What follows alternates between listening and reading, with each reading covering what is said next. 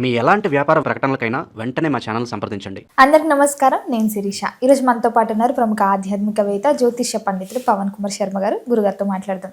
గురుగారు నమస్కారం అండి. శ్రీమాత్రే నమః. చూస్తుండగానే 2020 సంవత్సరం అయిపోయింది, 2026 ఆంగ్ల నూతన సంవత్సరం వచ్చాం. సో ప్రతి ఒక్కరికి ఉంటుంది, మరి రాశి వారికి ఎలా ఉంటుంది, ఎలాంటి జాగ్రత్తలు తీసుకోవాలి ఆర్థిక పరంగా, ఆరోగ్య పరంగాని. సరే, ముఖ్యంగా చూసుకుంటే మరి మీనరాశి వారికి సంవత్సరం అంతా ఎలా ఉంటుందంటారు, ఎలాంటి జాగ్రత్తలు తీసుకోవచ్చు అంటారు? మీనరాశి వారికి ఈ సంవత్సరం అనుకూలంగానే ఉంది. ఏలినాటి శని ప్రభావం జన్మరాశిలోకి ప్రవేశించినప్పటికి కూడా వీళ్ళకి చతుర్థ స్థానంలో ఉన్నటువంటి గురుబలం బాగానే ఉంది. భవిష్యత్తులో పంచమంలోకి వెళ్ళి మరింత శుభయోగాన్ని ఇవ్వబోతున్నాడు. అలాగే వ్యయంలో ఉన్నటువంటి రాహువు కూడా చక్కగా అనుకూలమైనటువంటి వాతావరణంలో ఉన్నారు. ఎవరి జాతకంలో అయితే శని అనుకూలంగా లేరో, సహజంగా మనం చెప్పేటటువంటిది గోచారం కాబట్టి ఇది చాలా కొద్ది మందికే ఇది నేను చెప్పేటటువంటిది పనికొస్తుంది. చాలామంది వ్యక్తిగత జాతకాల పరిశీలన చేసుకోవాలి. ఎందుకనంటే వాళ్ళ జాతకంలో కనుక శని అనుకూలం లేకపోతే మనం చెప్పేవి ఏవి కూడా అక్కడ జరగవు. అప్పుడు మనం అనుకుంటారు వాళ్ళు చెప్పింది ఏది జరగలేదు అని. అది అందరికీ కాదు. ఇది శని యొక్క అనుకూలం కనుక పూర్తిగా తక్కువ ఉన్నటువంటి వాళ్ళకి ఉండే ఫలితాలు వేరుగా ఉంటాయి. అందువల్ల శని అనేటటువంటి ప్రభావం దీర్ఘ సంచార గ్రహం అని చెప్పారు. దాన్ని శని కంటే ఎక్కువ కాలం ఉండే గ్రహం ఏది నవగ్రహాల్లో లేదు. అటువంటి శని భగవానుడు ఇప్పుడు ప్రస్తుతం మీనరాశిలోనే సంచారం చేస్తున్నాడు. కనుక ఈ వ్యక్తిగత జాతకాన్ని చూస్తే కానీ వాళ్ళు అనుకున్నటువంటి దానికి మనం పూర్తిగా సమాధానాన్ని చెప్పలేము. ఇది సార్వత్రికంగా గోచారం అని అంటాం. ఇది అందరికీ సామాన్యంగా పనికొచ్చేది. ఇది కేవలం 60 మాత్రమే మార్కులు వేయాలి, కానీ పూర్తిగా 100 వేయడానికి వీల్లేదు. బహుశా 40లో మనం ఉండవచ్చు. మనం అనుకున్నటువంటిది జరగలేదనేటువంటి మాట అనుకోకుండా ఈ శని భగవానుడు ఈ రాశిలో ఉండడం, అలాగే 4వ స్థానంలో గురుడు సంచారం, ఆ తర్వాత వ్యయంలో ఉన్నటువంటి రాహువు, ఆ తర్వాత 6వ స్థానంలో ఉన్న కేతువు, ఇవి 4 పరంగా మనం చూసినట్లయితే గురుదోషం వల్ల కొద్దిగా ఆర్థిక చిన్న సమస్యలు ఎదుర్కొంటున్నప్పటికి కూడాను మొత్తం మీద చూస్తే మాత్రం ఓవరాల్గా మంచి శుభయోగాలే కలుగుతున్నాయి అని చెప్పవచ్చు. అయితే అయ్యా మంచి శుభయోగాలు అంటున్నారు, మాకేం బాగుండట్లేదండి. అయితే మాకేం బాగుండట్లేదంటే గురుబలం తగ్గుతోంది. ఎప్పుడైతే రేపు జూన్ తర్వాత గురుడు 5వ స్థానంలో ప్రవేశించి ఉచ్చస్థితిని పొందుతున్నాడో అప్పుడు అత్యద్భుతమైన ఫలితాలు అందరికీ కనపడతాయి. అందులో ఏమీ సందేహం లేదు. కొద్దిగా అప్పటి వరకు అందరూ వేచి ఉండాలి. ఈ గడుస్తున్నటువంటి 4-5 నెలలు మాత్రం కొద్దిగా సంయమనాన్ని పాటించి ఈ శుభయోగముల కోసం ఎదురు చూస్తూ ఉండాలి అనేటువంటి విషయం చెప్పదగినటువంటి సూచన.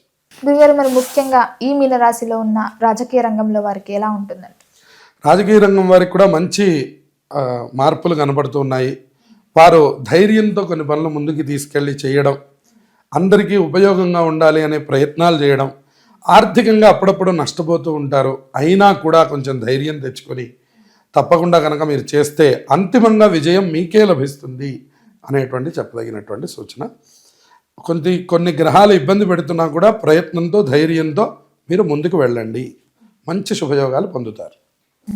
గురుగారు, మరి ముఖ్యంగా ఈ సంవత్సరం విద్యార్థులకు ఎలా ఉంటుందంటారు? విద్యార్థులకు కూడా బాగానే ఉంటుంది. అనుకున్నంత ఇబ్బంది ఏమీ లేదు. శని యొక్క ప్రభావం వల్ల బద్ధకం ఎక్కువగా ఉంటూ ఉంటుంది. దాన్ని తొలగించుకోవడానికి కొద్దిగా తల్లిదండ్రులు ప్రయత్నం చేస్తూ విద్యను అభ్యసిస్తే సంపూర్ణమైన శుభయోగాలే ఈ రాశి వారికి కనపడుతున్నాయి. గురుగారు, ముఖ్యంగా ఎవరైతే ఉద్యోగ వ్యవస్థలో ఉన్నారో, స్ట్రెస్ అవుతుంది, ఉద్యోగం మారాలనుకుంటున్నాం అనుకునే వారికి, ఈ మీన రాశి వారికి ఈ సంవత్సరం కలిసి వస్తుంది అంటారు? జూన్ వరకు ఏ ఉద్యోగం మారడం, జూన్ తర్వాత మాత్రం అంత అనుకూలం పూర్తిగా లేదు. కాబట్టి ఈ లోపల మారినటువంటి దాంట్లో నుంచి జూన్లో మీరు సెటిల్ అవ్వడానికి అవకాశం ఉంటుంది. అందువల్ల ఏదున్నా ఇప్పుడే నిర్ణయం తీసుకోండి, ముందు మారడానికి ప్రయత్నం చేయండి. ఒకవేళ జూన్ దాటితే మాత్రం మారడానికి ప్రయత్నం చేయవద్దు. అనుకున్నంత శుభయోగాలు అప్పుడు కనిపించడం లేదు. గురుగారు, మరి ముఖ్యంగా గత సంవత్సరం నుంచి ఎవరైతే వివాహాల కోసం ప్రయత్నిస్తుంటారో ఈ మీనరాశి వారు, ఈ సంవత్సరం వివాహ యోగం ఉందంటారా? పరిపూర్ణంగా వివాహ యోగం ఉంది. గురుబలం చాలా చక్కగా కనపడుతూ ఉన్నది. తన రాశిని స్వంత దృష్టితో చూడబోతున్నాడు. దానివల్ల జూలై నుంచి చక్కగా నవంబర్ వరకు మంచి సమయం. ఆ సమయంలో మీరు చేసే ప్రయత్నాలు శుభాలని కలిగిస్తాయి. గురుగారు ముఖ్యంగా ఎవరికైతే వివాహం జరిగి సంతానం లేకుండా బాధపడుతుంటారు, మరి సంతాన యోగం ఉందంటారా? సంతాన యోగం కలిగిన వారికి పిల్లల పట్ల ఎలాంటి జాగ్రత్తలు తీసుకోవచ్చండి? సంతానం శుభయోగాలే ఉన్నాయి. ఈ రాశి వారికి ఈ సంవత్సరం అంతా కూడా సంతానం కలగడం ఒక మంచి శుభయోగం. సంతానం పట్ల కూడా శుభవార్తలు వింటూ ఉండడం అనేటువంటిది కూడా ఒక మంచి శుభయోగం కింద చెప్పుకోవచ్చు. మొత్తం మీద ఈ రాశి వారికి సంతానం కలుగుతుంది, సంతానం పట్ల శుభవార్తలు కూడా వింటారు, మంచి శుభాలు కలుగుతున్నాయి. గురుగారు మరి ముఖ్యంగా కళాకారులకి సినీ రంగంలో ఉన్న వారికి ఎలా ఉంటుందంటారు? సినీ రంగం వారికి కొద్దిగా అనుకూలం తక్కువగా ఉంది. నవంబర్ తర్వాత కొద్దిగా బాగుంది, కానీ ఈ లోపల ఉన్నటువంటిది కొద్దిగా అనుకూలం తక్కువగా ఉంది. ఆర్థికంగా బాగానే ఉంటుంది, కానీ బాగా గుర్తింపు రావడానికి అవకాశం తక్కువగా. మొత్తం మీద కళారంగం వాళ్ళకి మంచి మంచి అవకాశాలు రాబోతున్నాయి. ఒక్కొక్కసారి ఆకస్మికంగా కూడా ధనం రావడానికి అవకాశం ఉంటుంది. ఇన్నాళ్ళు రూపాయి లేకుండా బాధపడుతున్న వాళ్ళకి ఒక్కసారి ఒక్క ధనయోగం మాత్రం వీళ్ళని వరించేటువంటి అవకాశం ఉంది. ఆ తర్వాత మిగతావన్నీ కూడా సామాన్యంగానే ఉన్నాయి. అంటే మిగతా ప్రయత్నాలు కానివ్వండి, అవకాశాలు కానివ్వండి వస్తూ వెళుతూ ఉంటాయి. వాటి వల్ల పెద్దగా మీకు ఇబ్బంది కలగదు. గురుగారు మరి ముఖ్యంగా కొత్త సంవత్సరం కాబట్టి కొత్త పెట్టుబడులు పెడదాము, కొత్త బిజినెస్ స్టార్ట్ చేద్దామని అనుకుంటుంటారు కదా, మరి ఈ మీనరాశి వారు ఈ సంవత్సరంలో కొత్త బిజినెస్ కానీ పెట్టుబడులు కానీ చేయొచ్చు అంటారా? చేయవచ్చు. వాళ్ళ వ్యక్తిగత జాతకాన్ని పరిశీలించుకొని వాళ్ళ అడుగు ముందుకు వేయవలసి వస్తుంది. 2 జూలై నుంచి నవంబర్ వరకు ఉన్న కాలం ఈ కొత్త పెట్టుబడులు పెట్టడానికి అవకాశంగా ఉంది. మిగతా సమయాల్లో అంత అనుకూలం తక్కువగా ఉంది. గురుగారు గత సంవత్సరం నుంచి పోల్చుకుంటే దూర ప్రయాణాలు చేయాలంటే భయపడుతున్నారు. సో ముఖ్యంగా ఈ మీనరాశి వారు ఈ సంవత్సరంలో దూర ప్రయాణాలు చేయొచ్చు అంట? వీళ్ళు ప్రయాణాలు చక్కగా చేయవచ్చు. అలాగే దూర ప్రాంతాలు వెళ్ళేటప్పుడు మాత్రం ఒంటరిగా వెళ్లకుండా సొంత వాహనాల్లో దూరం లాంగ్ డ్రైవ్లు చేయకుండా ఉండడం చెప్పదగినటువంటి సూచన.